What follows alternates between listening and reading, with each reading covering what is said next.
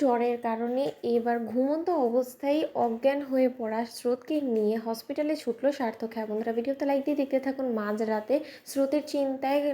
ঘুম না আসা সার্থক যখন এক পর্যায়ে স্রোতকে গায়ে হাত দিয়ে চেক করতে যায়, ঠিক সেই মুহূর্তে স্রোতের পক্ষ থেকে কোনো রকম কোনো সাড়া শব্দ না দেখা মাত্রই সার্থক চিন্তিত হয়ে পড়ে আর বলতে থাকে যে কী ব্যাপার, স্রোতকে আমি গায়ে হাত দিয়ে ওকে নাড়াচাড়া করানোর সত্ত্বেও নড়াচড়া করছে না কেন, কী হয়েছেটা কি ওর? ওদিকে কথা বলা মাত্র সার্থক যখন বারবার করে স্রোত স্রোত বলে ডাকতে থাকে, ওর পক্ষ থেকে অন্য কোনো সাড়া না পাওয়া মাত্র সার্থক বলতে থাকে যে ব্যাপারটা তো যথেষ্ট পরিমাণে সিরিয়াস বলে মনে হচ্ছে, স্রোতকে কোনো মতো অজ্ঞান হয়ে গেল নাকি? ওদিকে স্রোতের হাই টেম্পারেচার দেখে সার্থক ঘাবড়ে গিয়ে ওর বাবাকে ডেকে বলতে থাকে যে বাবা, আমার মনে হয় না যে আমাদের আর ওয়েট করা ঠিক হবে, ওকে নিয়ে এক্ষুনি আমাদেরকে একবার হসপিটালে ছুটতে হবে, কারণ যদি বেশি দেরি হয়ে যায় তাহলে কিন্তু হিতে বিপরীত হয়ে যেতে পারে, ওর কন্ডিশন আরও বেশি ক্রিটিক্যাল হয়ে যেতে পারে। জানি না কতক্ষণ ধরে মেয়েটা এরকম করে অচেতন হয়ে পড়ে আছে। আমিও আসলে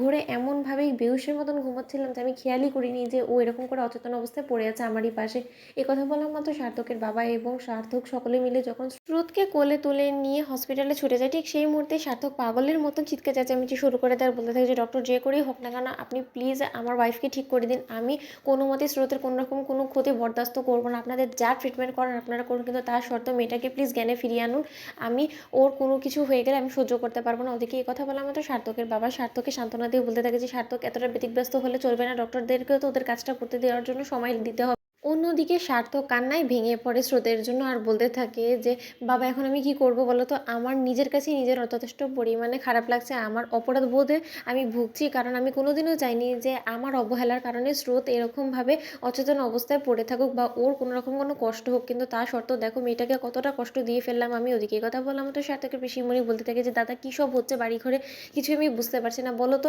কী এমন জ্বর বাঁধিয়ে বসলো স্রোত যে যার ফলে কিনা ওই এতটা অসুস্থ হয়ে পড়লো, বলো তো? ঠিক মতনই তো যত্নার্থী করছিলাম আমরা, যেরকমটা তোমরা বলেছিলে সেরকমটাই তো করছিলাম, কিন্তু তা সত্ত্বেও কোনো রকম কোনো কিছু কাজে দিল না কেন? তখন সার্থকের বাবাও বলতে থাকে যে সীমা, আসলে ওর রিপোর্টসে কী এসেছে সেটা তো আমরা কেউ ধরতে পারিনি, ওর রিপোর্টসে যা এসেছে তারপরে আমরা ওইটার উপরে বেস করে ওর ট্রিটমেন্টটা চালু করতে পারবো, এর আগে তো ডক্টররাও কোনো কিছু বলতে পারবে না। ওদিকে ডক্টরের কাছে গিয়ে সার্থক দৌড়াদৌড়ি করে বলতে থাকে যে ডক্টরবাবু আপনি অন্তত কোনো কিছু বলুন, কি হয়েছেটা কি আমার ওয়াইফের? ওদিকে ডক্টর বলতে থাকে যে দেখুন, আপনাকে একটু ধৈর্য ধরতে হবে, আমরা তো অবজার্ভ করছি ওনাকে, তারপরে যা কন্ডিশন হবে সে সম্পর্কে আপনাকে জানানো হবে। ওদিকে সার্থকের বাবা সার্থককে জড়িয়ে ধরে বলতে থাকে যে কাঁদিস না বাবা, আমি খুব ভালো করে বুঝতে পারছি তোর মনের অবস্থাটা, কিন্তু তা সত্ত্বেও এখন আমরাও নিরুপায়, আমরাও কোনো কিছু করতে পারবো না, শুধু আমরা এক ঠাকুরকে ডাকতে পারি। তুই যদি ঠাকুরকে বিশ্বাস করে থাকিস তাহলে ঠাকুরকে ডাক, দেখবি ঠাকুর ঠিকই স্রোতকে সুস্থ সবল করে আমাদের কাছে ফিরিয়ে দিবে, তুই দেখে নিস। ওদিকে সার্থক ঠাকুরকে বলতে থাকে যে ঠাকুর, আমি এত দিন তোমার কাছ থেকে কোনো কিছু চাইনি, তুমি আমার মাকে অব্দি আমার কাছ থেকে কেড়ে নিয়েছো, কিন্তু তা সত্ত্বেও তুমি প্লিজ আমার কাছ থেকে আমার স্রোতকে কেড়ে নিও না। তো বন্ধুরা, ভিডিওটি ভালো লেগে থাকলে লাইক এবং শেয়ার করে সাবস্ক্রাইব করতে ভুলো না।